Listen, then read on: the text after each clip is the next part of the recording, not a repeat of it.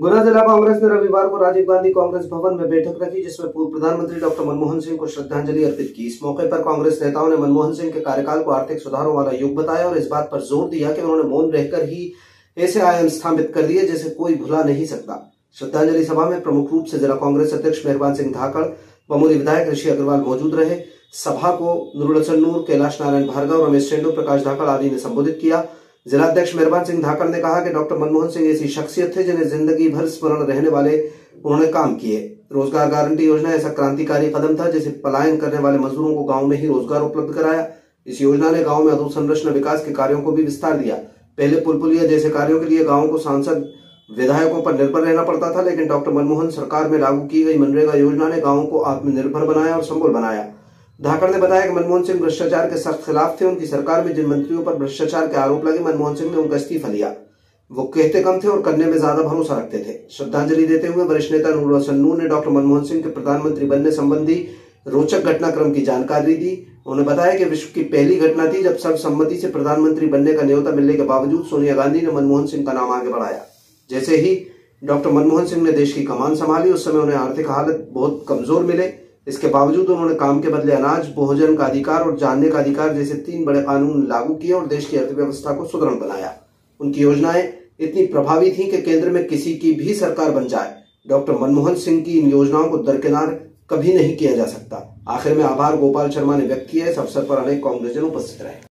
सर्वप्रथम तो हमारे देश के प्रधानमंत्री रहे आदरणीय डॉक्टर मनमोहन सिंह जी को चरणों में अपने श्रद्धा सुमन अर्पित करते हुए, क्योंकि हमारे देश के लोग ऐसी शख्सियत रहे, इन्होंने वो काम किए हैं कि जीवन पर्यंत लोगों को वो याद रहेंगे।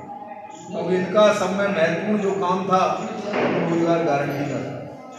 उस रोजगार गारंटी के माध्यम से जो मजदूर हमारे इधर उधर पलायन करते थे, उनको पलायन को रोकने के लिए उन्होंने वहीं पे इस तरह काम खोले और उन कामों में कोई सीमा नहीं थी कि जितना काम पंचायत चाहे उतना काम कर सकती थी। सिर्फ उसमें था कि 60% कच्चे काम होंगे और 40% पक्के काम होंगे। तो उससे जो फायदा हुआ कि जो गांव में कभी पुलियां नजर नहीं आती थी और लोग वह नाले में से उतरने को मजबूर हो जाते, लोगों को रास्ता नहीं मिलते थे, खेतों में रास्ता नहीं मिलते थे, एक टगर से दूसरी टगर में जाने के लिए रास्ता नहीं थे। तो उन्होंने ऐसा रास्ता उन्होंने खोजा कि आप चले जाओ कहीं भी, जितनी चाहो उतनी लोगों ने अपनी पुलियां बनाई। गांव में एक गांव में 3-3, 4-4 पुलियां बनाई, जबकि पहले विधायक और सांसदों के लोग चक्कर लगाते थे कि हमको कैसे ही एक आध विधायक दीदी, सांसद दीदी से कहीं पुलिया मिल जाए जिससे हमारे गांव का आगमन सुलभ हो जाए, लेकिन ऐसा संभव नहीं हो पाता था। लेकिन मनमोहन सिंह जी ने वो काम करके दिखाया कि आज गांव में सड़कें, कच्ची सड़कें, पुलियां, ये सब काम रोजगार गारंटी के माध्यम से हुआ। और इनके साथ साथ जिस समय हमारे देश में किसानों पे आत्महत्या कर रहे थे, जो कर्ज का बोझ था, भारी बोझ लगा हुआ था, तो उन्होंने 72,000 करोड़ का एक मुश्त कर्जा माफ किया था। वो इतना बड़ा निर्णय था कि आज तक इतना बड़ा निर्णय कोई भी शख्सियत नहीं ले पाई। उससे हमारे किसानों को और सबको बहुत ज़्यादा उसका फायदा मिला। वर्तमान के जो हालात हैं, जो शासन है, उसमें तो चोर बचाए शोर जैसी स्थिति है कि चोरी करो और जोर जोर से चिल्लाओ और अच्छा साबित करने का प्रयास करो। लेकिन डॉक्टर मनमोहन सिंह जी ने सिर्फ काम पे विश्वास किया और शोर कभी नहीं मचाया। उन्होंने जो काम किया वो हमेशा जीवन पर्यंत तक याद रहेगा। और उनके कार्यकाल में अगर किसी पे कोई आरोप लगा, किसी मंत्री पे आरोप लगा, तो उस मंत्री को तत्काल उन्होंने इस्तीफा उसका मांग लिया। तो उसका कारण था कि कई मंत्रियों ने हमारे उस कार्यकाल में इस्तीफे दिए, जबकि वो लोग कभी गलत सिद्ध नहीं हुए, बाद में वो दोष मुक्त हुए।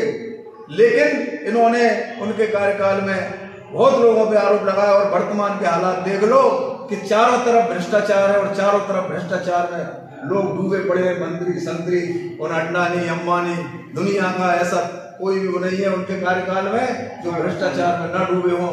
लेकिन इस्तीफे के नाम आवाज तक उनकी नहीं निकलती। और ना उन्होंने आज तक किसी व्यक्ति से उन्होंने इस्तीफा लिया।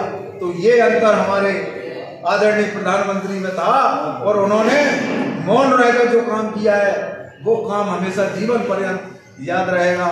और मनमोहन सिंह जी ऐसी शख्सियत थे कि इनके बारे में कितनी खिल्लियां वर्तमान के प्रधानमंत्री ने उठाई, हंसी उड़ाई उनके बारे में। कभी मौन प्रधानमंत्री कहें, कभी कुछ प्रधानमंत्री कहें, कभी ये कहें कि इस देश का अगर नोट की कीमत कम हो जाती है तो वो नेता भी उतना गिर जाता है। लेकिन वर्तमान में वो नोट की स्थिति देखो, देश के अंदर क्या स्थिति देश के अंदर बन रही है और नोट कहां तक गिर गया।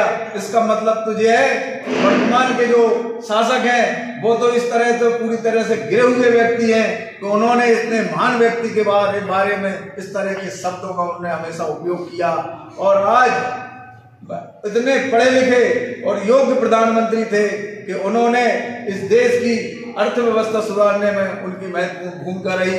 वो रिजर्व बैंक के गवर्नर भी रहे और इसके साथ साथ वित्त मंत्री रहे और फिर देश के 10 साल तक प्रधानमंत्री रहे। तो मनमोहन सिंह जी के लिए जो पढ़े लिखे लोग हैं, जो समझदार लोग हैं, जो समझते हैं, वो आज अपने मन में सारे लोगों को कष्ट है और सारे लोग उनको याद कर रहे हैं। तो मैं आज इस अवसर पर उनको बार बार उनके चरणों में अपने श्रद्धा सुमन अर्पित करते हुए उनको सच्ची श्रद्धांजलि अर्पित करता हूँ। धन्यवाद।